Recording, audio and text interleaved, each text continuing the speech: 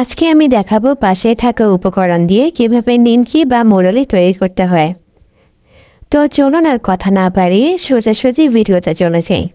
প্রথমে আমি এখানে 2 কাপ ময়দা নিয়ে নিয়েছি। 2 কাপ ময়দা দিয়ে আমি সেখানে প্রয়োজন মতো লবণ দিয়ে সেটাকে আমি মিক্স করে নিয়েছি।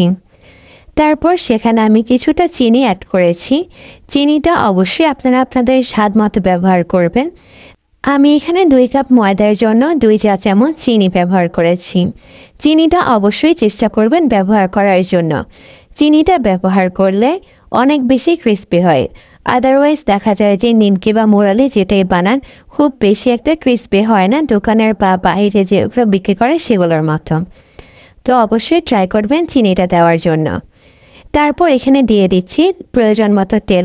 তেলটা আমি প্রয়োজন মতো বললাম কারণ হচ্ছে তেলটা আপনাকে বুঝতে হবে যে তেলটা আপনার হয়েছে কিনা বা আরও অ্যাড করতে হবে কিনা। তো যাই হোক, তেলটা দিয়ে ভালো মতো মিক্স করতে হবে। এভাবে হাত দিয়ে ডলে ডলে ময়দার সাথে মিক্স করতে হবে, যাতে ময়দার সাথে তেলটা ভালোভাবে মিক্স হয়। তো আমি এখানে তেলটা মিক্স করার পর হাতে মুঠ করে নিয়ে দেখব যে ময়দাটা আমার ঠিক মতো আঠালো হচ্ছে কিনা। তো দেখতেই পাচ্ছেন আমি হাতে নেওয়ার পর আমার ময়দাটা কিন্তু মুঠ হয়নি, আমার ময়দাটা ভেঙে গিয়েছে।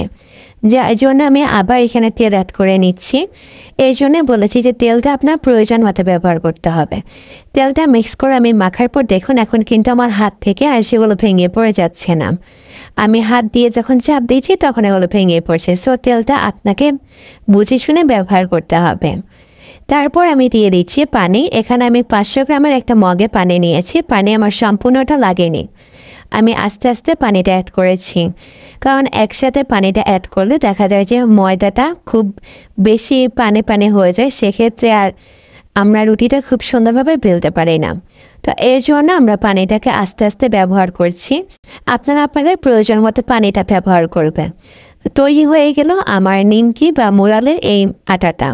আটাটা খুব বেশি শক্তও হবে না, আবার খুব বেশি নরমও হবে না। আমরা পরোটা বানানোর জন্য যেরকম আটা বানাই সেরকম আটা হবে। ডোতে প্রেস করার পর আটাটা আবার নিজেই ফিরে আসছে। সো আপনাকে বুঝতে হবে যে আটাটা হয়েছে কিনা। তো আমি আটাটাকে 30 মিনিটসের মতো রেখে দিয়েছি রেস্টে। 30 মিনিটস পর আমি এটাকে আবার নিয়েছি। আচ্ছা, এখানে আরেকটা জিনিস খেয়াল রাখতে হবে যে আপনারা যখন 30 মিনিটসের জন্য রেস্টে রেখে দিচ্ছেন তখন অবশ্যই দইয়ের উপর একটা ভেজা পরিষ্কার কাপড় দিয়ে ঢেকে রাখতে হবে, নাহলে এই ডোটা ড্রাই হয়ে যায়। তো যাই হোক, আমি রুটি বেলার জন্য এখানে প্রয়োজন মতো আটা নিয়ে নিয়েছি। আটা দিয়ে আমি সেখানে উপরে কিছুটা ময়দা ছিটিয়ে দিয়েছি, না হলে আমরা একটা বেলতে অসুবিধা হবে। তো বেলার পর দেখতেই পারছেন যে আমি রুটিটা খুব বেশি মোটাও রাখিনি, খুব বেশি পাতলাও রাখিনি। আমি ভিডিওতে বারবার দেখানো ট্রাই করছি যাতে আপনারা দেখে বুঝতে পারেন এটা আসলে বলার মতো বা সেভাবে বোঝানোর মতো জিনিসটা, তাই আমি বারবার দেখিয়ে দিচ্ছি। তারপর এগুলোকে আপনারা নিমকি শেপ করে কেটে নেবেন।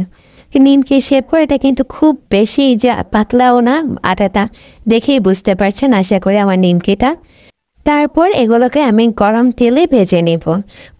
আপনি মুড়ারি বা নিমকি যেটাই তৈরি করেন না কেন এর জন্য খুব বেশি লালচে করার প্রয়োজন নেই, কারণ আমরা এটা যখন তেল থেকে উঠিয়ে রাখবো ঠান্ডা হওয়ার পর এটা আপনি আরও কিছুটা কালার হয়ে যাবে।